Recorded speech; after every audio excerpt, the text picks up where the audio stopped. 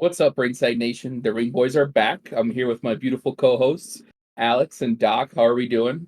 Incredible. I'm so glad I don't have to host one time. Doc, how you feeling? Yeah, who's this new guy talking on the set? What's going on? Great Switching it weekend. up? Great weekend. Lots of sports. Some really good fights. And you're looking at our picks right on the screen. Two- we had Robert Whitaker, Volkov, Kevin Gastelum, Shar Magomedov, Volkan Ozdemir, Nasrat Asparat, Felipe Lima, Rinat Fakhretdinov, Muid Gafurov, Magomed Godziulsulov, Chang and Holy. And we can start at the top, boys. Doc, why don't you go first? Give us some insight into Robert Whitaker versus Ikram Aliskerov. Yes. So here, well, first, before we continue, great job on the pronunciations. I feel like the Russian background Got real helps you out Slavic with there. it. Got real Slavic with it. I loved it. Yeah. Threw in the little accent there. So yeah, I took the underdog there. I took Ikram Aliskerov, and I was very wrong. Um, Robert Whitaker confused me a bit when he got outclassed by Drakus, and I thought that the last fight against Paulo Costa wasn't definitive enough for me, which is why I thought Ikram, with what I've seen in the past from him, was going to be enough to dethrone Robert Whitaker. Both were coming off full camps. I thought that since Robert Whitaker wasn't expecting to fight Ikram, it was going to go the other way, but he put on a beautiful performance. He pieced apart Ikram Aliskerov. And honestly, I want to commend both of these warriors because they both fought on short notice in terms of the actual fighter that they had to fight. Both stepped up to the plate, and it's a tough loss for Ikram Aliskerov. He'll be back. But Robert Whitaker, what a performance. He's back. He's absolutely back. And good job, guys, for not falling into the little trap that I fell into. Alex? Bobby Knuckles, baby. It was always Bobby Knuckles. I mean, if Ikram gets a full camp, I get the odds. I'm thinking about it. If Ikram gets his hometown crowd, 2-week notice, sure, you don't know which way. But I get Robert Whitaker had a slide. I get he had a couple key losses, but he's back. The boy is back. And he said he would be more than interested in being the backup for 305. And I don't blame him. Being in Australia and being, ready to get right back into it. Even calling out Israel Adesanya and saying, yeah, he's still on the hit list. Don't worry, I want my title, but I haven't lost sight of that guy. And it's like, I don't know what I'm more excited for him to fight Drakus or for him to fight Israel. Chants and murmurs of him fighting Sean Strickland, get out of here. For me, Robert Whitaker definitely has the front seat at the title shot. I think he'd be better suited. You have more time and you have more fights to make if he's champ rather opposed to Sean Strickland. And I don't want to see Sean Strickland fight in Australia anymore because of my first La Vendetta, and that's my 2 cents. Ikram will be back. I mean, they couldn't find this guy any fight in the top 15 for like a while. So like for this to happen, like the injury bug has been so nice to us this year that it's like finally starting to see some short notice fights. But Bobby Nux, my luck of the card, he's back. Artie. Yeah, I think you guys covered it pretty well, but what I'll say, just kind of last few words on this one. Robert Whitaker, so impressive. I think there's a couple of clips that you'll see like on Instagram and Twitter of exactly of him timing Ikram Aliskerov, which was beautiful because there was 3 sequences of where he did the same exact thing and then pieced it together. And the other thing, I don't think anybody gave any hate to Volkanovski when he stepped in on short notice to fight Islam Makhachev. And that was a knockout and it was not pretty. So I'm not sure. Like, I get why people hate Dagestani fighters because they're basically like the Patriots at this point. Everybody knows what they're gonna do. They come in and they still win.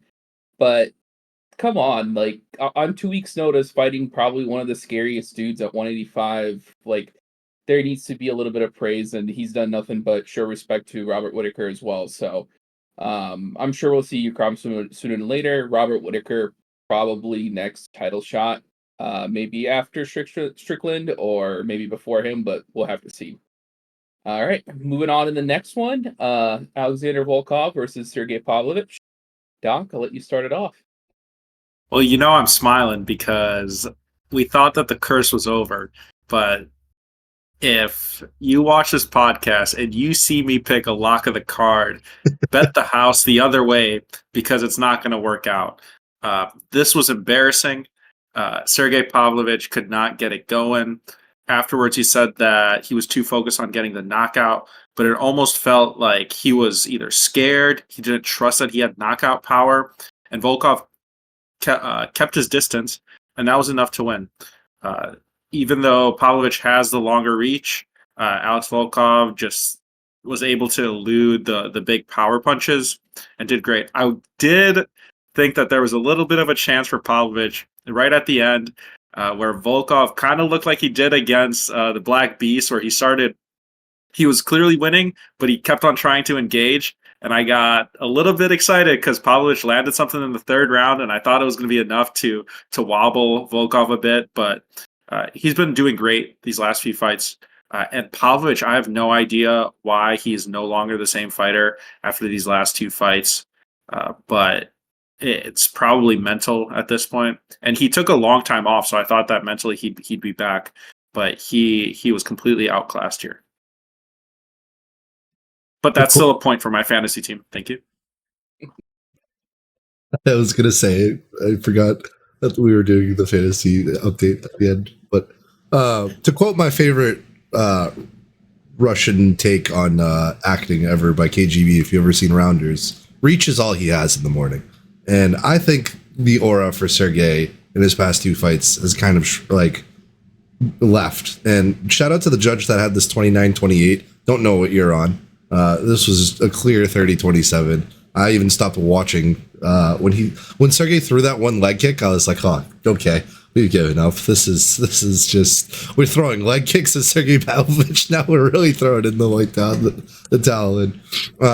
But I mean, like Doc, like you said, he was swinging for the fences. He wasn't as composed. Volkov, obviously, the more experienced fighter in terms of how many fights he's had, and he's has a longer term career in the UFC. And it just goes to show. I mean, anyone can win on any given night, sure, but when you sparred with each other, when you have background, I mean, has Sergey even bled in his professional career yet? I don't know if he has to that degree. And then for Volkov to go start to show sportsmanship and for Sergey to push it off, like just that's what I feel like backs my or argument. It's like you should brush this off and act like you don't care and get back into it. Let's go knock someone out, next week. That's got to be your mindset if you're Sergey Pavlovich, but I don't know. Artie, what are your thoughts? Yeah, I think Sergey kind of a sore loser, honestly. Like the guys were clearly friends before. There's proof that they used to spar in Moscow. Then there have been teammates down in Florida, and for it to kind of really go down this way was a little bit sad because, especially if anybody watched the weigh-ins and they were standing in front of each other, Alexander Volkov was really asking him like, why were you telling people that I was the one that said I wanted to make this fight happen? So who knows what happened, but all I know is Alexander Volkov back on top. He is going to be going up in the rankings as well, so who knows what could be next for him. The heavyweight division is an absolute mess, so maybe we'll see him soon. Maybe it might be a little bit longer than we think, but I'm sure we'll see him at the top again, and maybe the next fight will be for a chance at the title. And he said next fight, if he loses the next fight, it will be his retirement. And he's been saying that for a little bit now. So either way, I'd be excited to see him go at it. Maybe for the interim, because that's what it seems like the reality is now. But yeah. All right. Next one, we got Kevin Gastelum versus Daniel Rodriguez. So Doc, I'll let you start this one off as well. Yeah. So although I picked Daniel Rodriguez, and he may have lost the fight, but he won the fans' respect because Kevin Gastelum can't make weight, and it's getting to the point where even though he won, I'm not convinced that Dana's going to let him fight like anymore because this was very unprofessional. Kevin Gastelum has done this in the past. And Daniel Rodriguez honestly did pretty well at this higher weight class. I think that from the striking aspect, in my opinion, he beat Kelvin Gastelum. He the issue is that Kelvin Gastelum's chin is made of concrete, so he can't go down. But the way that Daniel Rodriguez lost his fight was from the wrestling, which unfortunately his defense was not there. But more so than Daniel Rodriguez, again, the talk of this fight is Kelvin Gastelum being very unprofessional. At one point, he was very down in his career. He had a fantastic fight against Israel Adesanya back in the day. But things are going wrong here. He wasn't even close to making weight. They kept on having to move the weight up. Daniel Rodriguez did not care. He wanted this fight to happen. And that's my take on it. So I'll accept this loss. After watching D-Rod fight Ian Gary and Neil Magny, I was like, this guy is just, he's a UFC fighter. Kelvin Gastelum not being a company man, and then hopping on the mic and saying, I'm trying to be a company man, like, I'm sorry for this and apologizing. Stop. What I saw on Twitter was that Dana White said that since Daniel Rodriguez lost this fight, he still showed up on a short notice, and he's not going to get a bonus, but they'll take care of him. And I love to hear that. And he did the same thing for Antonio Tricoli, which we'll talk about here in a second. But man, Kevin Gastelum, put down the Twinkies, dog. I don't know what to tell you. You got to make weight. You got to make weight, especially 15 pounds off, and we're changing the whole division. It's crazy. Like, if it's Alex Pereira and we have to change to the division, yeah, you do it because it's Alex Pereira. But Kevin Gastelum, really? I've had enough, Hardy. Yeah, he even has a YouTube channel. It's called Missing Weight with Kelvin, where he tries various things. Yes, where he tries various things for the places he travels to. And to back up what you were saying about D-Rod, Dana did take care of him. He signed a 6-fight contract right before this one, and he also got 30% of Kelvin's purse. So lost maybe in the cage, but definitely up in the money. So, we'll see more of D-Rod. He's a good fighter. He's right around that top, like just the high of the 15s range. He's not going to be anybody who's going to be a contender ever. But for Kelvin, I don't know, man. That's embarrassing. It's not like it was a couple of pounds. It was a whole 15. And did he weigh in at 185 or 186? Like that's insane. He didn't even look in shape. That's the worst part. So I don't know. But yeah, you guys are pretty accurate on what you've said so far. D-Rod, definitely much better striker, but 0 wrestling defense, and that's kind of just been his career at this point. So we'll move on. Chara, the Bullet Magomedov versus Antonio Tricoli. Doc. So this is the one fight that I got correct on the main card. Thank you. Minus 725. Artie's lock of the card. I've lost my train of thought at this point, but no, I think it was a good performance. Dana said that this was the best possible performance that Chara could have put on. I was scared in the beginning. In that first round, he didn't look amazing. He will lose in the UFC. He is not as amazing of a prospect as they told us he would be. His wrestling D got much improved in a very short period of time. He is from Dagestan. He should have amazing wrestling. I know Bo Nickel called him out, and Chara said that he will have good wrestling D. I don't think he's going to have the wrestling D to stop Bo Nickel if that fight was to ever happen. But overall, he's exciting to watch because those kicks come from crazy places. But I'm not convinced about his gas tank. And the last thing that I'll mention is that in round 2, there was a very blatant fence grab that was talked about a lot. That should be a point. And I think the reason that it's not a point is because there's no rules established yet on this, but Dana needs to just put it in the rule book. That completely changed the fight. Tricoli came in on short notice, did not have the gas tank that he would have had if he had a full fight camp. He used a lot of energy on that takedown. He was successful in getting that takedown if it wasn't for the fence grab. And these fence grabs are getting a bit more ridiculous as time goes on. And even from the ref standpoint, there was a few fights where the ref would be grabbing at the fighter's toes, taking them out of the cage. Like, you shouldn't be focused on that. You should be focused on the blatant fence grabs that are fight altering and start taking points. And because if you don't take a point, you're allowing the fighters to use this as a tactic, and that saved Shara in that round. We don't know how he is getting up from a situation like that. We know that he throws elbows and crazy. He has really good attacking from the guard, but that was a point. And it's unfortunate that the ref didn't step in there. Ouch. That was going to be the point I was going to make, but I want to just bring it back forth and remind you that you're an eye doctor, and Shara's next fight is going to have to be not in the United States, and Dana White talked about it. So it's hard to sanction a guy without one eye, Michael Bisping. But the thing is, like, for him to be a prospect, he's got to fight. He's got to fight often. If you can't fight in America and you can't be in the apex and you can't further your career, it's kind of a problem. But I do think he is legit. We'll have to see when he gets actually tested. Throwing him Bo Nickel now would be crazy. I think we should throw him Michelle Pereira. That'd be more fun. That's what the fans are calling for. Even though I think he'd get lit up. But we'll have to see Antonio Tricoli take this in, like, what, on Friday, 2-day notice, come in, actually make weight at Kevin Gastelum, and actually took Shard to the third round. So that's got to be mentioned, in my opinion. But yeah, you know, Shara did what he did. He's a machine.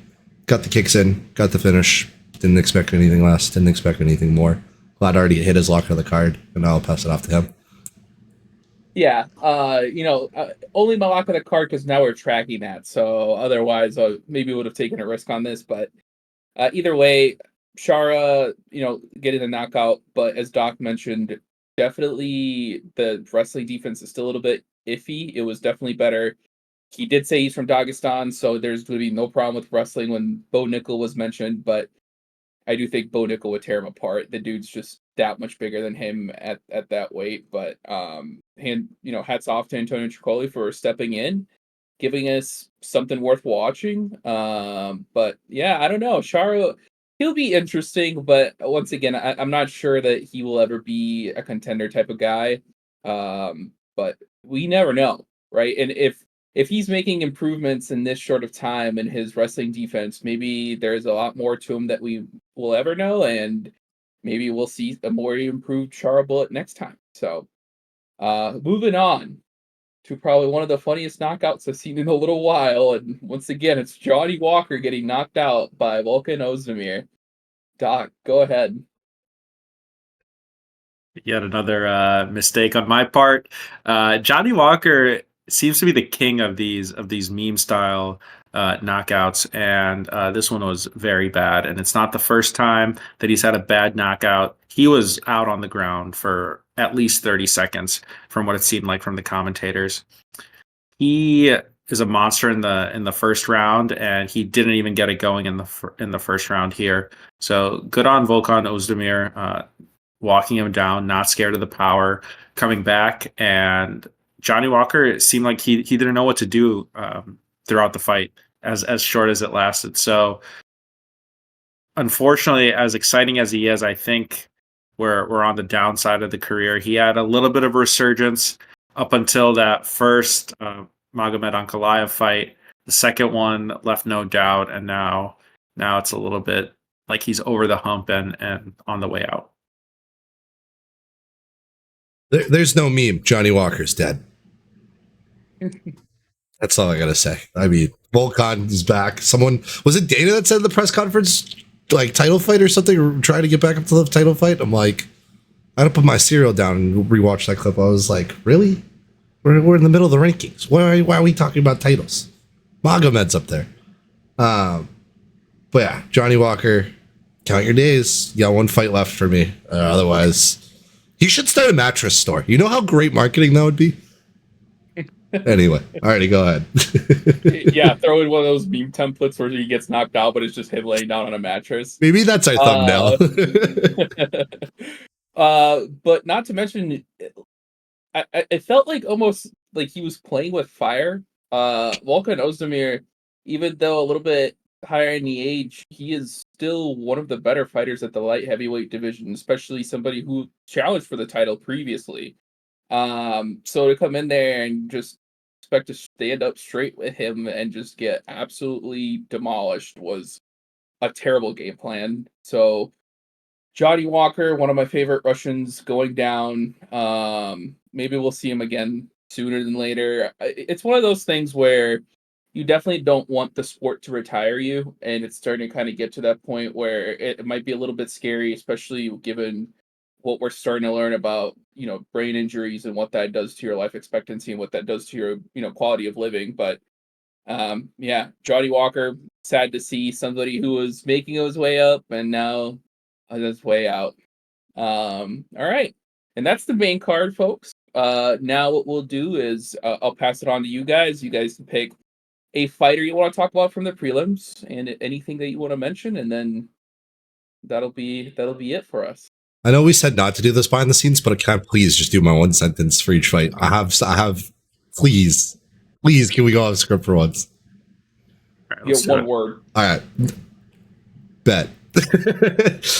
Here's my take. Jared Gordon robbed, Felipe Lima at prospect, Muhammad Naimov less worrying about the offense, more worrying about the defense. Renat Fakhretdinov, thank you for the heart attack. Young Ho Kong, hope you didn't tear your ACL. Hibero, count your days. Shang Ho Lee, welcome to the UFC. Now we can get that into rhymes the one fight. too. Did you work on that? I was thinking about it the whole main card. I'm not gonna lie. Yeah. Good for you. Thank you. I'm going to talk about Renat Fakhretdinov. Yeah, come on. You had your little say. Renat Fakhretdinov. He did get this win. I was so excited when he got to the UFC, and now I keep questioning it. He's good. He gets tired a bit, and that wrestling, I don't know why, just doesn't really translate too well in the UFC. I know that Dalby's a really good wrestler, and Renat was able to get him down, but the amount of damage that he's able to do isn't great. He spends so much time trying to get the takedown and controlling the fight, but then there's no offense happening. And this is multiple times in a row, and it's getting me a little bit concerned here. And he's such a good guy. He's a fan favorite, smiling throughout it all. But I think that this long win streak that he has is getting very close to ending. As soon as he gets up into a few harder punchers, people that have decent wrestling D but are able to hit hard, he gets exposed all the time. He gets hit in the face a lot. He got almost doubled in strikes this fight. So we'll see where he goes from here. I am happy that he won, but it's, again, another prospect coming from an outside federation and just not necessarily living up to the hype, even though he hasn't lost yet. Alex.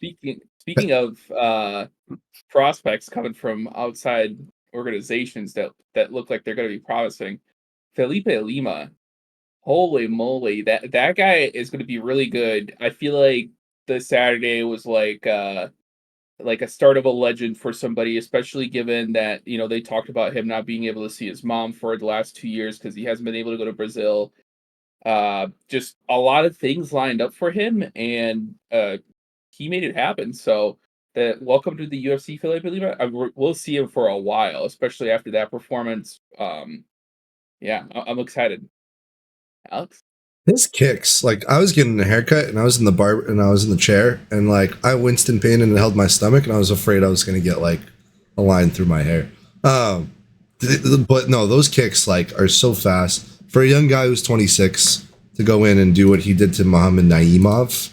First and foremost, Muhammad Naimov, like no one saw that coming. Like all of us had Naimov as our ringer. But yeah, I'm excited to watch him. He's, there's always the Brazilians on the prelims that like they're either the really young ones or the really old ones just always show up and show out. And that's the most exciting thing for me. Back to touch upon Renat Fakhretdinov. That's pretty much the only fight I wanted to talk about on that, even though I feel bad for Jared Gordon. Thank you for losing me money.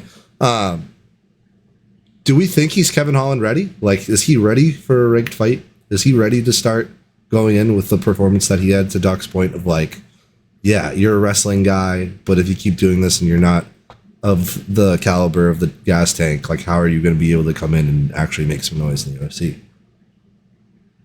And like, that was the one thing for me. I could not see him going past the first round with Kevin Holland. So I'm gonna keep a close eye on him. Would I bet on him? No, but I'm excited to see what he does. Do we think he fights again this year? We'll have to wait and see.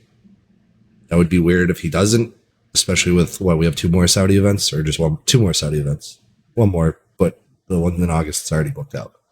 But yeah, that's my honest opinion. You're not factored enough. We're watching you, but more importantly, we're watching Felipe Lima. Alrighty.